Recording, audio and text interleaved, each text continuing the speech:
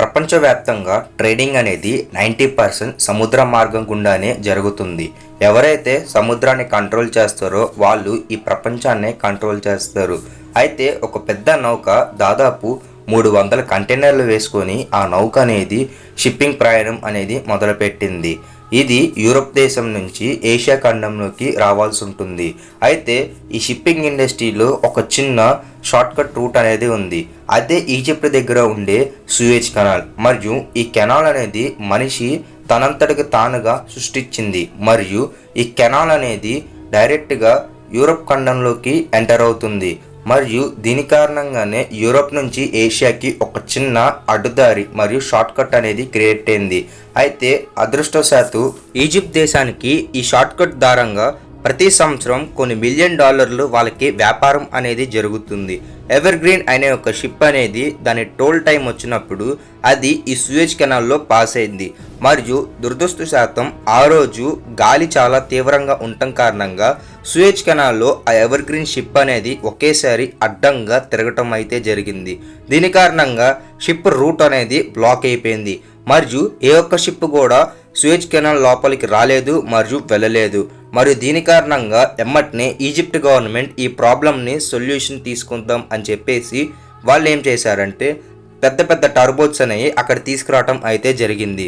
మామూలుగా ఏ పోర్ట్లో కన్నా సరే కూడా ఎంటర్ అయిన దాని తర్వాత మెయిన్ ఇంజిన్ షిప్ అనేది ఆపేయాల్సి ఉంటుంది. మరియు అక్కడి నుంచి టర్బోట్లు అనేవి లాగుతాయి. మరియు ఈ టర్బోట్స్ లాగుదాం అని ఎంతగానో ప్రయత్నం చేసింది. కానీ అంత పెద్ద షిప్ దాదాపు 400 మీటర్లు వెడల్పు ఉండే ఆ షిప్ అనేది దాని గుండంగా రాలేకపోయింది.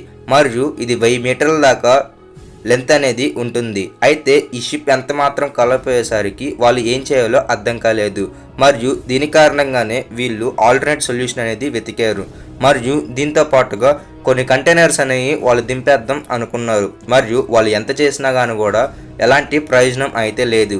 మరియు ఇంకొక పక్క 12% షిప్పింగ్ ఇండస్ట్రీ అనేది కేవలం ఈ రూట్ మీదే ఆధారపడి ఉంది. ఒకవేళ షిప్పింగ్ ఇండస్ట్రీస్ వాళ్ళు ఈ రూట్ కాదనుకున్నట్లయితే మొత్తం ఆఫ్రికా ఖండం చుట్టూ మొత్తం తిరిగి వెళ్ళాలి. దీని కారణంగా డీజిల్ ఖర్చు అనేది చాలా ఎక్కువ అవుతుంది. మరియు కంటైనర్ లోపల ఉండే ప్రొడక్ట్స్ రేట్ అనేది పెరుగుతుంది. మరియు దీంతో పాటుగా ఇన్సూరెన్స్ కంపెనీలు రేట్లు అనేవి పెంచాయి. దీంతో షిప్పింగ్ ఇండస్ట్రీలు ఎటువైపు చూసినా సరే కూడా వాళ్ళకి లాస్ మాత్రమే కనపడుతుంది. కాబట్టి ఎలా అన్నా సరే కూడా లేట్ అయినా కానీ కూడా సూయేజ్ కెనాల్ దగ్గర నుంచే వెళ్ళాలి అనుకున్నారు. అయితే ఈ సూయేజ్ కెనాల్ అనేది ఒక చిన్న కాలువ. మరియు ఈ చిన్న కాలువలో వాటర్ అనేది ఒక లెవెల్ దాకా ఉంటుంది. మరియు దీని లోపలికి ఎంటర్ అయిన దాని తర్వాత టర్బోట్స్ వాటిని తీసుకెళ్ళటం అయితే జరుగుతుంది. అయితే సూయేజ్ కెనాల్ బ్లాక్ అవటం కారణంగా ఎన్నో షిప్పులు అనేవి ఆగిపోయినాయి. మరియు వాటి టోకెన్ నంబర్స్ అనేవి ఇచ్చేయటం కూడా జరిగింది. అయితే ఈ సూయేజ్ కెనాల్ ద్వారంగానే ఈజిప్ట్ గవర్నమెంట్కి ఎక్కువ శాతంలో రెవెన్యూ అనేది జనరేట్ అవుతుంది. మరియు ఒక షిప్ లోపల ఎన్ని కంటైనర్స్ ఉంటే ఆ కంటైనర్స్ బేస్ చేసుకొని ఎవర్ గ్రీన్ షిప్పింగ్కి వాళ్ళు ఇంత ఫీజు పే చేయమని చెప్పారు.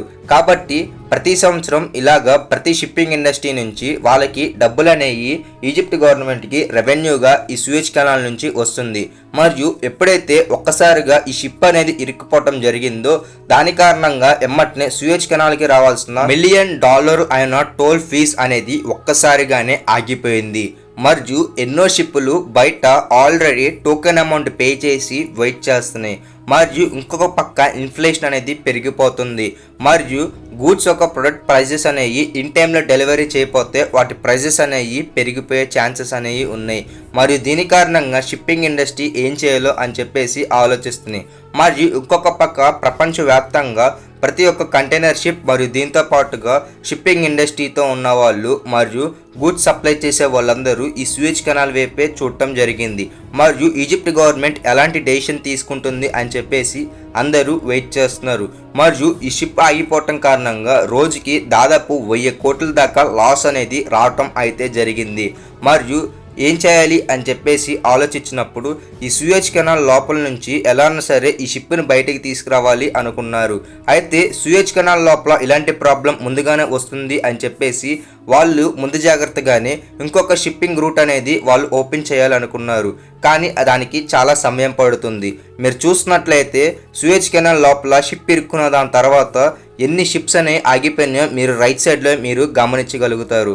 మరియు ఇన్ని షిప్పులు ఆగిపోవటం కారణంగా ఆటోమేటిక్గా ఫ్యూయల్ ప్రైజెస్ మరియు దీంతో పాటుగా ఎలక్ట్రానిక్ గూడ్స్ మరియు ఫుడ్ యొక్క ప్రైజెస్ అనేవి విపరీతంగా పెరగటం అయితే జరిగింది. ఇంకో పక్కన షిప్పింగ్ ఇండస్ట్రీలో ఉండే చాలా మంది ఎలా అన్నా సరే ఆఫ్రికా ఖండాన్ని మొత్తాన్ని చుట్టడానికి దాదాపు 10 రోజుల సమయం అనేది పడుతుంది. మరియు ఈ సూయజ్ కెనాల్ లోపల ఇరుక్కుపోయిన ఎవర్ గ్రీన్ షిప్ అనేది ఎప్పుడు బయటికి తీస్తారు అని చెప్పేసి ఈజిప్ట్ గవర్నమెంట్ కూడా చెప్పలేకపోతుంది. మరియు దీని కారణంగా మిస్కాలిక్యులేషన్స్ వల్ల ఎవరు కూడా సూయజ్ కెనాల్ నుంచే వెళ్ళాలి అనుకున్నారు. మరియు సూయజ్ కెనాల్ కోసం ఎప్పుడు ఓపెన్ చేస్తారా అని చెప్పేసి అందరూ వెయిట్ చేస్తున్నారు.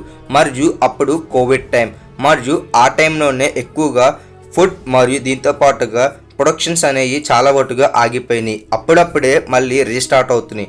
ఈ గ్యాప్లోనే సూయజ్ కెనాల్లో ఎవర్ గ్రీన్ షిప్ అనేది ఇరుక్కుపోవటం కారణంగా రోజుకి కొన్ని $1 మిలియన్ నష్టం రావటం అనేది మొదలైంది.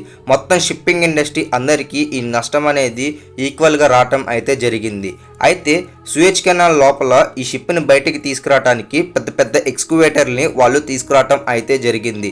అయితే సూయజ్ కెనాల్ లోపల నుంచి టర్బైన్లు లాగలేకపోయినాయి. మరియు అంత పెద్ద షిప్ని ఆ చిన్న టర్బైన్స్ లాగటం అనేది చాలా అసాధ్యం.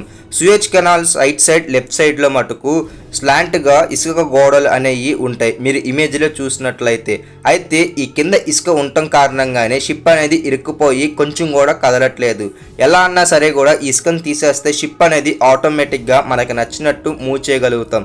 కాబట్టి ఎమ్మటనే పెద్ద పెద్ద ఎక్స్కవేషన్ని పిలిచి తొందరగా దాని కింద మట్టిని తొలగించడం అయితే మొదలుపెట్టారు. మరియు అదే రోజు గాలి కూడా సమయానికి వీస్తున్న కారణంగా వాళ్ళు అనుకున్న డైరెక్షన్లో ఆ షిప్ అనేది తిప్పాలనుకున్నారు. మరియు అనుకున్నట్లే ఒకేసారి కింద ఇసుక తీసేయటం అయితే జరిగింది. మరియు టర్బైన్స్ అన్ని ఒకేసారిగా హెవీ ప్రెజర్ని అప్లై చేసి షిప్ని రొటేట్ చేయటం అయితే జరిగింది. దాదాపు 300 కంటైనర్లు ఉండే ఆ షిప్ బరువు అనేది ఊహించుకోండి ఎంత బరువు ఉంటుంది అని చెప్పేసి. మరియు ఎంతో కష్టపడి ఆ షిప్ అనేది లాగటం అయితే జరిగింది. దాని తర్వాత దాని టోల్ ట్యాక్స్ కట్టిన విధంగానే అక్కడ ఏవైతే డిపోర్ట్ చేయాలో కంటైనర్స్ అనేవి అది అక్కడ డిపోర్ట్ చేసి అక్కడ నుంచి మళ్ళీ అది ఏషియా రీజన్లోకి వెళ్ళిపోవటం అయితే జరిగింది. మరియు షిప్పింగ్ ఇండస్ట్రీలో ఫస్ట్ టైం ఇలా ఒక షిప్ అనేది ఆగిపోవటం కారణంగా $1 మిలియన్ అనేవి అన్ని షిప్పింగ్ ఇండస్ట్రీస్ చూడాల్సి వచ్చింది. దీంతో పాటుగా ఈజిప్ట్ గవర్నమెంట్కి కూడా చాలా లాస్ అనేది వచ్చింది. మరియు ఈజిప్ట్ గవర్నమెంట్ మొత్తానికి ఈ ప్రాబ్లంకి ఒక సొల్యూషన్ అయితే ఫైండ్ అవుట్ చేసింది. అప్పుడు దాకా ఈజిప్ట్ గవర్నమెంట్ మీద చాలా ప్రెజర్ అనేది పెరిగింది. ఈ షిప్ని బయటకు తీసుకురావటం కారణంగా ఈజిప్ట్ గవర్నమెంట్ మీద ప్రెజర్ అనేది తగ్గింది. ఈ వీడియో గురించి మీరేమనుకుంటున్నారో కింద కమెంట్ సెక్షన్లో కమెంట్ చేయండి.